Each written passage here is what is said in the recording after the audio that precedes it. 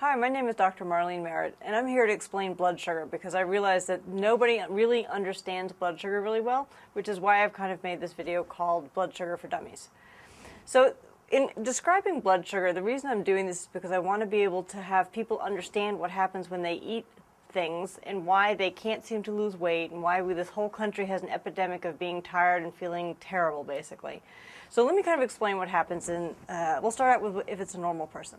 If a normal person eats, like, say, a bowl of oatmeal, the oatmeal goes into your stomach, it goes into your small intestine, and it breaks down into glucose, which is the form of fuel that your body uses. And the glucose goes through the walls of the small intestine and into the blood. And now it's called blood glucose, which is what they measure on a blood test. Literally, the number of glucose molecules goes up, and that's what they're measuring. So glucose by itself actually can't be dealt with in the body without insulin. So insulin gets released by the pancreas. The insulin takes the glucose and puts it into the cells. And it does that until the glucose is at a low level, and then you don't need the insulin anymore. And then, in theory, you burn fat until the next time you eat. And then the blood sugar goes up again, and then the insulin deals with it, brings the level back down, just like that. Now, type 1 diabetes is when somebody has glucose in their system, but they don't have any insulin. And the body can't recognize it without insulin. And so the glucose just kind of runs around the system until the kidneys finally figure out there's too much sugar there and it flushes it out. And that's actually how they found diabetes back in the late 1800s, is a woman peed on the ground and the ants came to her urine because there was so much sugar in it. But that's type 1 diabetes. So that's how a normal person's blood sugar works, is the insulin takes the glucose and puts it off to the cells. Now, back in the mid-1980s, there was a change in the public health policy where they associated saturated fat causing heart problems.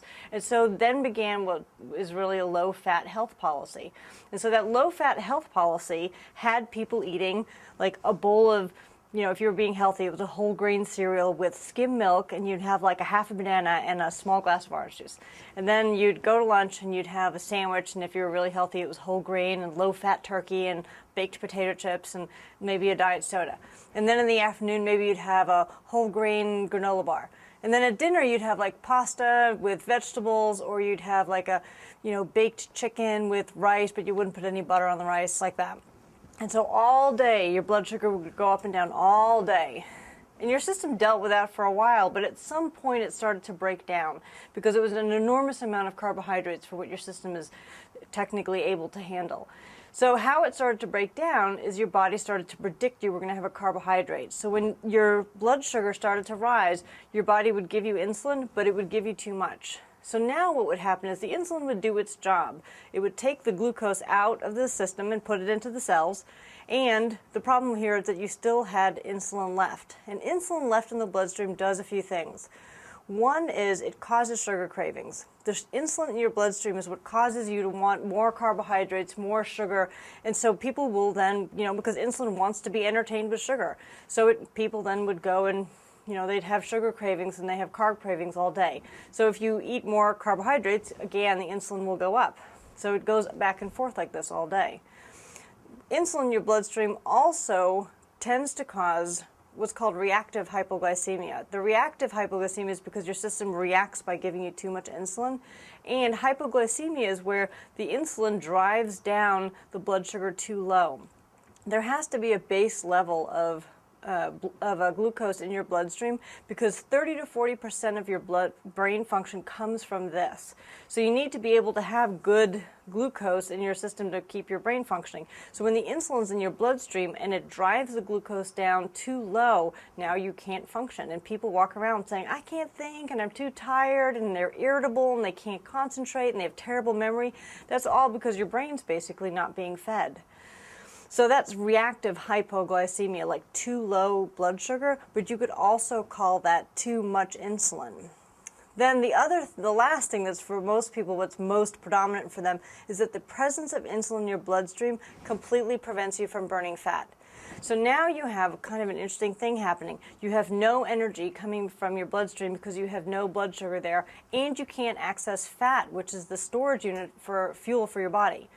So when people walk around and they're tired all the time and they don't know why. And then they have sugar cravings, so they'll eat some, whatever, scone, a bagel, crackers, whatever this is, and it pulls your blood sugar back up, and the insulin goes back up again, but you feel better because your blood sugar's back up. Now, there's a couple of side things that happens. When you have hypoglycemia and your blood sugar goes down, there are a couple of glands called your adrenals. They sit on top of your kidneys, and they do a bunch of different things. But one of the things that they do is they jump in every time your blood sugar gets low to bring it back up. So if people have, a history of kind of eating a lot of carbs where their blood sugar goes up and down, your adrenals are constantly jumping in trying to get your blood sugar to go back up, and at some point they get tired and they stop working, and that also contributes to people being tired. Now, one of the big symptoms of people who have blood sugar issues and some adrenal fatigue is they tend to wake up in the middle of the night. Your blood sugar has gotten too low, basically, and your body is kind of in a panic because it doesn't have enough blood sugar to keep your brain functioning, so it wakes you up basically to keep you from falling into a coma.